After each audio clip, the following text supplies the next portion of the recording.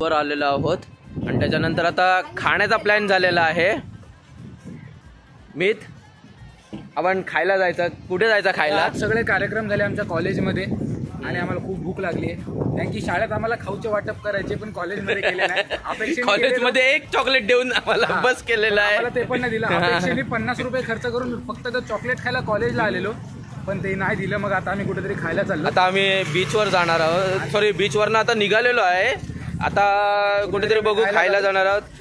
थिएटरच्या इथे चांगला भेटतो बोलतात, तर आम्ही तिथे जाऊया आपण। तर आम्ही मिसळ खायला आलेलो आहे। आता मिसळ ऑर्डर केलेली आहे, हॉटेलमध्ये बसलेलो आहे, पण अजून काय आली नाही, वाट बघतोय। हे वाट बघणं खूप कंटाळवाणं काम आहे, सर्वांचीच वाट बघायला लागतं।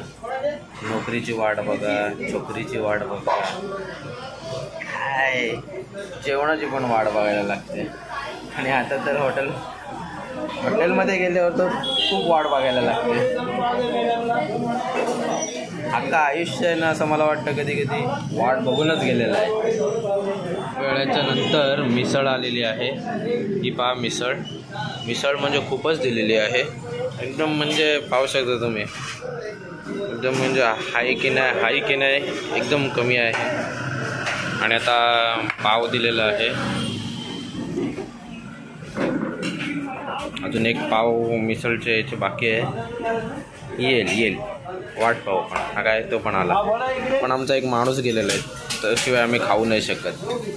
तो येतपर्यंत आम्ही वाट बघतो। हा काय आमचा माणूस आलेला आहे। आणि कसं वाटतं तुला आज? 15 ऑगस्ट पण काहीतरी बोल, थोडंसं स्वातंत्र्य दिनाच्या बद्दल तो नंतर बोलतो। तो खाण्यात बिझी आहे, तुला भूक लागली याच्या, तर त्याला आपण खाऊया। मिसळ खाऊन झालेले आहे, एकदम पोट भरलेलं आहे। आता आम्ही चाय पिणार आहोत। तर किती पोरींसोबत बोलायला ना, काय सांगता नाही आहे। बोलून दे दिवस आहेत त्यांचे, काय बोलणार आपण। ठीक आहे, चला।